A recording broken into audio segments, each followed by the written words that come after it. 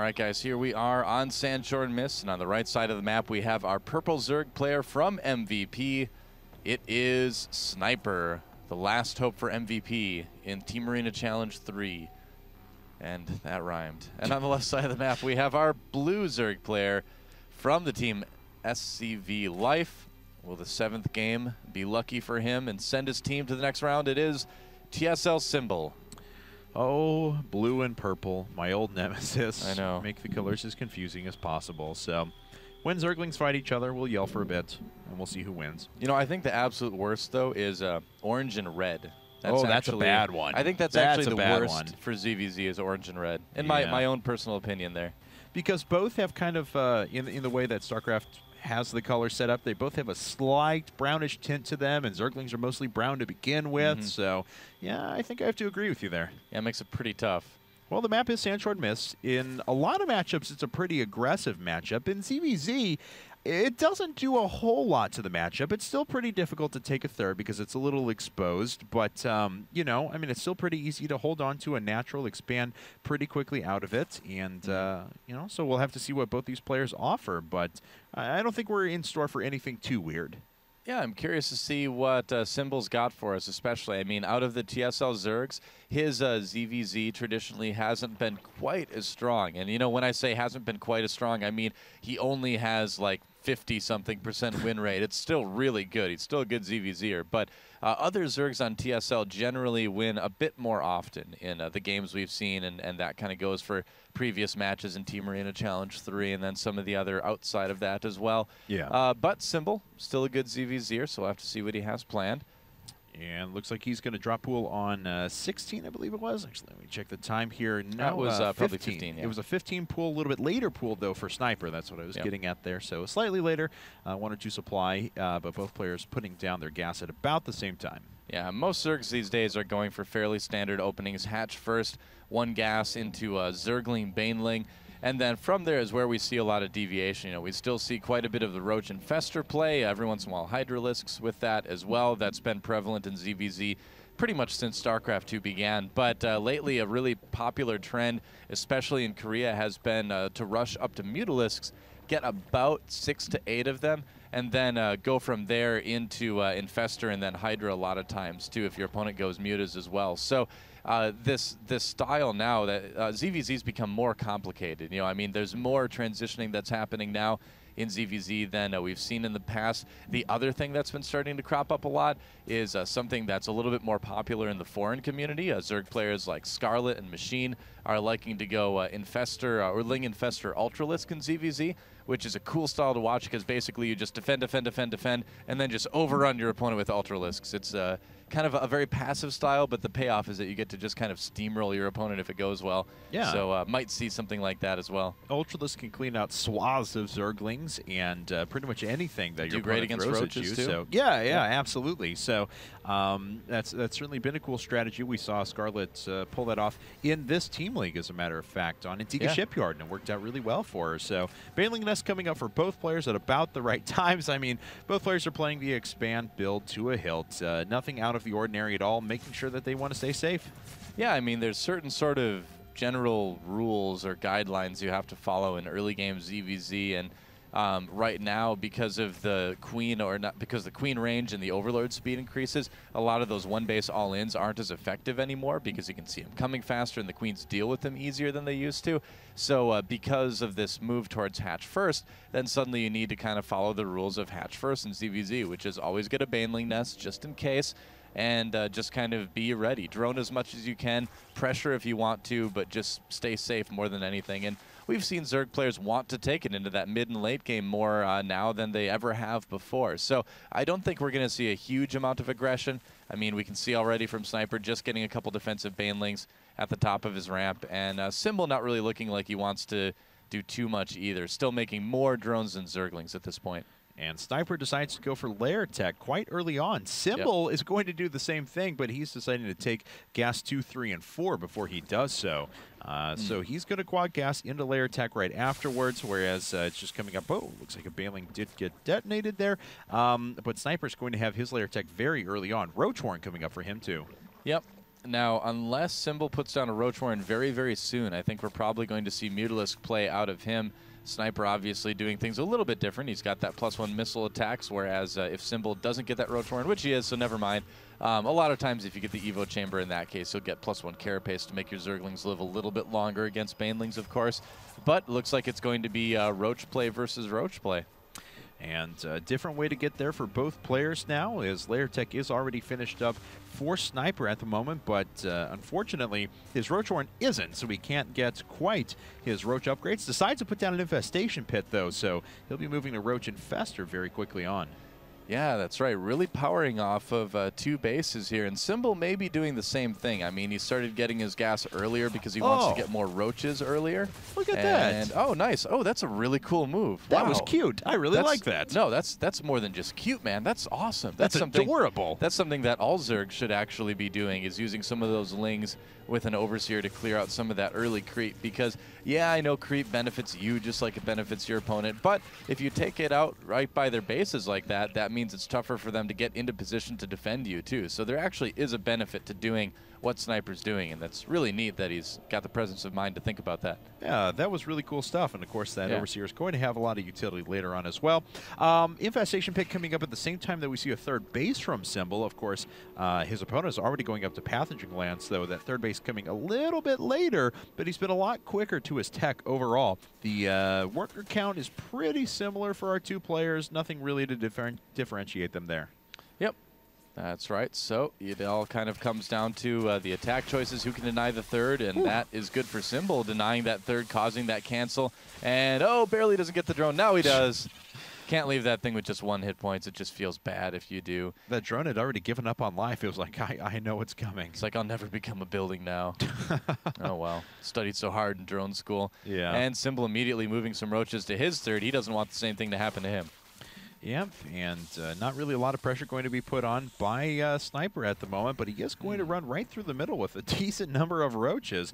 Not a lot to oppose him right now there. Finally, a few roaches making their way out, but really it's just going to kind of settle into a macro game. But of course, the third base is already finished for Symbol. It's only a few seconds of the way along for Sniper. Yeah, I mean, these players are trying to play identical styles, so the fact that Symbol was able to deny that third and Sniper wasn't able to deny the third of his opponent is really what's going to make the big difference right now. Symbol's going to be able to shoot ahead in economy and upgrades if he wants to as well, and he did get his 5th and 6th gas very, very quickly too, so we'll have to see if he uses that to maybe go for Hive and get a little bit higher tech even with that. But Symbol right now, definitely the one in control in this game. And Sniper does have a pretty good standing army at the moment. He's got Infestors well out before his opponent does. But, of course, Symbol, because of the better economy, because gases 5 and 6, is going to be able to catch up very, very soon. Does have 4 popping out right away. Yep. So, question is, will we see some aggression then from both players? Especially now that they know that they're both doing the same thing. Or will we see a player try to possibly switch tech a little bit, surprise their opponent with something they may not be expecting? A Hydra Den may not be a bad choice right now for Symbol because he does have a good amount of Infestors out, and they will be gaining some energy too. By the same token, we could see possibly an Ultralisk Cavern or a Spire go down in that move towards the Tier 3 tech. No Hive just yet for each player, but I feel like we're going to see some sort of deviation because they do know that they're both going for kind of the same strategy. Now, one important thing, though, is that we do have Burrow coming up for Sniper, and Symbol does not have any inclination of doing that. Now, of course, don't get me wrong, Symbol does have 4 Overseers overhead, so it's not like Burrow is going to completely kill him, but it could become kind of critical in an engagement where an Overseer isn't immediately available. So Sniper moving like he wants to maybe try to do some damage at the third and even things up a little bit, but Symbol just more than prepared for him right now. And Sniper has made a few more drones than Symbol has too, so his army size is a little bit lower than it appears to be, even with the slight supply lead for our blue Zerg player. And yep, Sniper's going to have to run there. Now, one cool thing, though, as we see Sniper, okay, there we go, actually using the Burrow to its greatest benefit, is actually clearing up creep tumors and then putting his own active creep tumors down on top. He wants the most vision over the map. Yeah. And that's really cool stuff out of him. Yeah, it's definitely something we don't see a lot in ZVZ. And, yeah, look at that with the Overseer there. Sniper needs to make a run for it. StarCraft.Symbol should pull back. He can't get too aggressive here. Splitting to avoid those fungal growths, and here we go. Yeah, Sniper pretty far down in supply right now. We'll see if he's able to make this up, though. Right now, Symbol actually kind of getting trounced in this engagement, but swinging around the side, and he's going to be able to get a huge win here. Don't forget, guys, that MVP.Sniper is the last hope for his team. If Symbol is able to take the win here, TSL will be staving off elimination, advancing into the next round. Yeah, wasn't the best engagement ever for Symbol there. No. He didn't do too well. Both players now throwing down their Hydra Dens, MVP Snipers, a little bit earlier here. Now, what's the roach count? That's what I'm kind of curious about more than anything. 27 to 25, so still even up there in that regard. Sniper's going to have some Hydras a little bit earlier, but by the time he finally moves out to use them, Symbol should have his on the way, so it's not going to make that big of a difference in an actual fight. I don't think. Infestor count, I think, is pretty even, too. Is that? Let me see. Is that right? Yeah, yeah, actually dead even, yep. Okay, well, Sniper does have a fourth base coming up. That's something that that Symbol does not have on the way. Yeah, there we go, finally putting up a hatchery of his own. Sniper sitting overhead, though, with a few roaches just out of range of detecting that, though. Yep. Kind of interesting. We've seen a little bit of a pendulum switch here where it's kind of swung in the other direction. Sniper now a little bit ahead of Symbol, but still an extremely close game. I hear changelings getting massacred everywhere, and I don't know where they're at, so it makes me a little distraught, though, I have to say.